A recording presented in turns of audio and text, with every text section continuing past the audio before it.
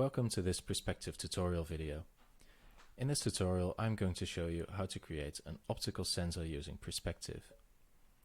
We're going to use the same setup we used in the belt system tutorial in order to illustrate this.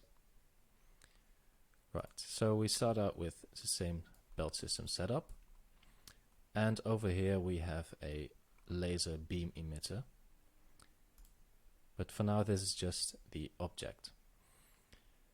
So we are going to add a beam emitter script to this laser, and if we check the properties we see it has a reach of 1 meter, and we can also set a ray material.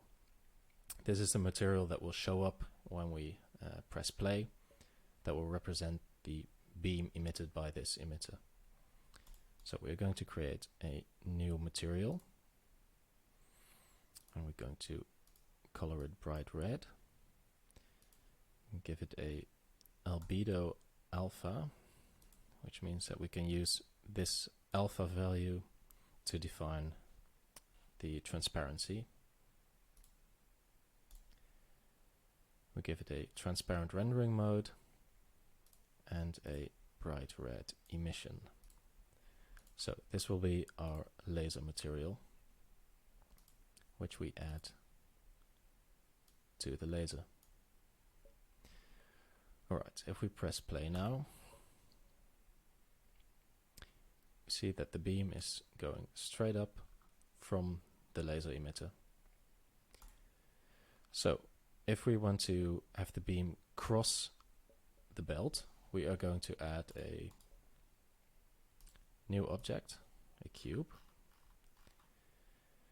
and we are going to resize the cube. We'll give it 1 centimeter of thickness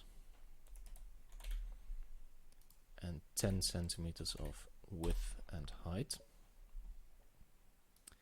and this is going to act as our beam reflector. So in essence this will be a mirror, and we're going to position it right here, and we're going to duplicate it to be used as a receiver. And now we're going to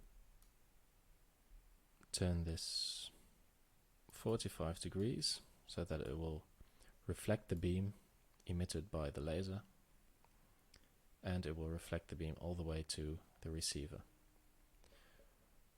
Alright, now we are going to add a beam reflector script to this, and we are going to add a beam receiver script to this one. So now when we press play again, we see that the laser is actually reflected off of the reflector and onto the receiver. And I can demonstrate that the beam can be reflected into other directions in real time. We can also set the reach of the laser to a different value. Let's set it to, for example, 5 meters. Press play again. Now if we change the direction of the beam, we see that it reaches for 5 meters.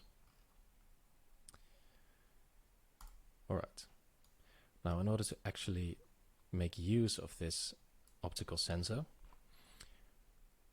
we can take a look at the beam receiver script, and we see that we have 2 public unity events, one for signal lost and one for signal returned. The signal lost is invoked when an object passes through the laser, and the signal returned is invoked when an object leaves the laser. So these 2 events can be subscribed to in order to actually make use of the laser system, the optical sensor.